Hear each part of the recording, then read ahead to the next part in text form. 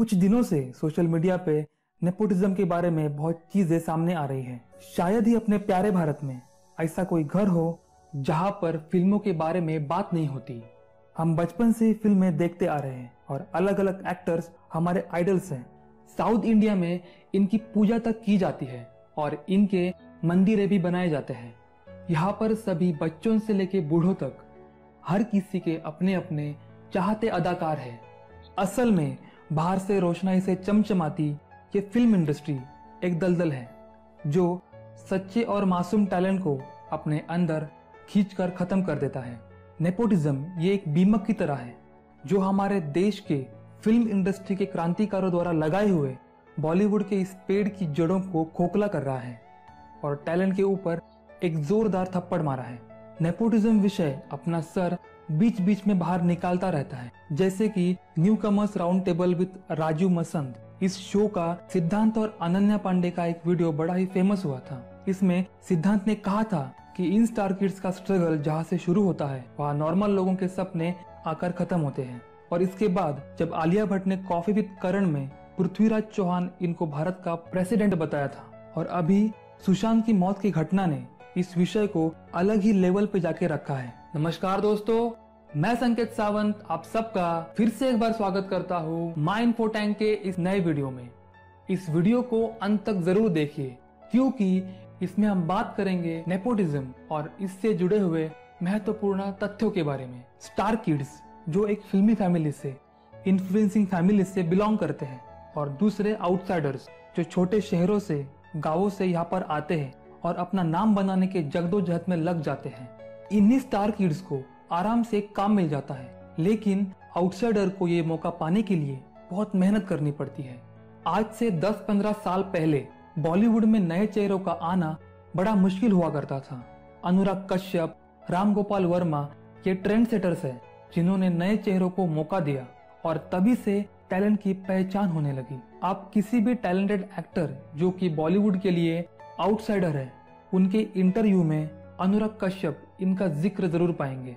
Nepotism इसका मतलब है अपने ताकत का गलत इस्तेमाल करके अपने फैमिली मेंबर्स और रिलेटिव्स को फेवर करना। भारत एक फ्री कंट्री है, यहाँ पर किसी को भी अपना फैसला लेने का अधिकार है। ये फैमिलीज भी बहुत मेहनत से इस मकाम पर पहुंची है और उन्होंने अपने मेहनत के दम पर ही इतना बड़ा एम्पायर खड़ा किया है। उनका खुद का एक निर्णय, एक विचारधारा होगी जो कि होनी भी चाहिए कि किसी को लेना है और किसको नहीं लेना। जब तक नेपोटिज्म और टैलेंट कोएग्जिस्ट करते हैं तब तक सब कुछ ठीक है, लेकिन एक अच्छे और सच्चे टैलेंट को पीछे खींचकर बस बड़े नाम के आधार पर उन्हें काम दिया जाए, ये सरासर गलत है। एक इंसान जो कि टैलेंटेड है, छोटे गांव से, छोटे शहर से मुंबई माया नगरी में आया है और अपने सपने पूरे करने के जगदोजहद में लगा है और काम पाने के लिए एड़िया घिस रहा है, उनको अवॉइड करके बस बड़े नाम के आधार पर काम देना, इसका मतलब टैलेंट का गला घोटने के बराबर है।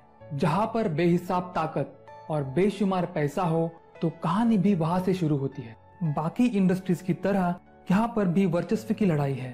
कुछ चंद फैमिलीज, प्रोडक्शन हाउसेस है जिनके पास बेहिसाब ताकत और बेशुमार पैसा है, और ऐसा बिल्कुल नहीं है कि ये आज की बात है। पीढ़ी दर पीढ़ी ये चलता आ रहा है। डेटा के अनुसार 2019 में भारत में 121 फिल्में बनाई गई थी और उसमें से लगभग 50 से 60 फिल्में हिंदी रही होंगी। अगर हम बड़े बजट फिल्मों की बात करें तो 121 में से बेहद कम, यानी उंगलियों पर गिनी जाए इतनी हैं। इसमें टी सीरीज की 13, यशराज बैनर की 2, धर्मा प्रोडक्शन की 5, सलमान खान की 3, आमिर खान की 1, रिलायंस ग्रुप की 7, Phantom, Balaji, Fox Star, Viacom इनकी फिल्में शामिल हैं। इस तरह देखा जाए तो कुछ ही नाम हैं फिल्म इंडस्ट्री में जिन्हें बड़ा बैनर या फिर प्रोडक्शन हाउस माना जाता है। 2019 की रेवेन्यू की बात करें तो बॉलीवुड को 18,000 करोड़ का प्रॉफिट हुआ था और उसमें से 13,000 करोड़ सिर्फ बॉक्स ऑफिस के टिकट कलेक्शन से आए थे, और ऐसा कहा जाता है कि 2024 तक ये प्रॉफिट 26,000 करोड़ तक जाएगा। देखा जाए तो पावरफुल इन्फ्लुएंसर फैमिलीज या फिर प्रोडक्शन हाउसेस, इनसे पंगा लेना मतलब अपने करियर पर एक तरह से फुल स्टॉप लगाने के बराबर हो चुका है। Yashraj film banner, Dharma production, red chilli, Balaji, T series, इनको ना बोलने का मतलब है कि अपने करियर का गला घोट देना। सुशांत सिंह राजपूत, इनकी हम बात करें तो कायपोचे हिट होने के बाद उन्होंने यशराज बैनर के साथ कॉन्ट्रैक्ट साइन किया था, जो कि 5 सालों के लिए था और जिसके चलते वो बाहर के कोई भी फिल्म नहीं कर पा रहे थे और यहाँ से भी उन्हें कोई काम नहीं मिल रहा था। इस बैनर के तले उन्होंने कुछ मूवीज भी किए, लेकिन वो खास चले नहीं और उसी दरमियान उन्हें एक बाहर के फिल्म में काम करने की ऑफर आई थी और उसके डायरेक्टर ने यशराज बैनर से ये एग्रीमेंट तोड़ने के लिए कहा था ताकि सुशांत उस फिल्म में काम कर सके, लेकिन यशराज बैनर ने उन्हें दूसरा एक्टर लेने के लिए कहा जो कि यशराज बैनर के एग्रीमेंट से जुड़ा था। इस तरह दोनों ही एक्टर एक ही बैनर के तले थे, लेकिन सुशांत के पीछे बड़ा नाम नहीं था और वो एक आउटसाइडर था। इसकी वजह से उसके साथ नाइंसाफी की गई।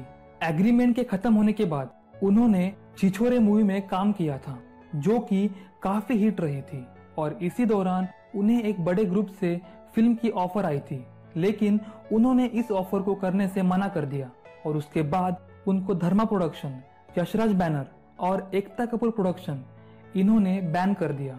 इसके साथ साथ शेखर कपूर की फिल्म पानी में भी उन्होंने काम किया था और इस मूवी को भी रिलीज होने नहीं दिया। छिछोरे मूवी के बाद उनके हाथ में 5 से 7 फिल्में थी, वो सारी मूवीज उनके हाथ से निकल गई। इस तरह आप जब किसी बड़े बैनर, प्रोडक्शन हाउस इनसे दुश्मनी लेते हैं तो फिल्म इंडस्ट्री में उनका बोलबाला होने की वजह से बाकी छोटे मोटे प्रोडक्शन हाउसेस भी आपसे किनारा कर लेते हैं ताकि इन सब चीजों से बचा जा सके। इस सब के बीच इन बड़े बड़े लोगों से किनारा करके भी कुछ सितारे ऐसे होते हैं जो खुद की एक अलग पहचान बनाते हैं। इन बड़े बड़े प्रोडक्शन हाउसेस से पंगा लेकर अपनी पहचान बनाना नामुमकिन तो नहीं पर बेहद मुश्किल होता है, लेकिन इन्होंने अपने साबित कदमी और जुर्रत से खुद की एक पहचान बनाई। एक फिल्म बनाना इतना मुश्किल नहीं होता जितना कि उसे रिलीज करना होता है। ये बड़े बड़े प्रोडक्शन हाउसेस, इन्फ्लुएंसर फैमिलीज, इन्होंने इस पर अपना राज जमा के रखा है। ये जो डिस्ट्रीब्यूशन नेटवर्क होता है इस पर इनका कंट्रोल होता है। अगर एक्टर टैलेंटेड है लेकिन आउटसाइडर है तो उसे किसी छोटे मोटे प्रोडक्शन हाउस के मूवीज में काम करना पड़ता है।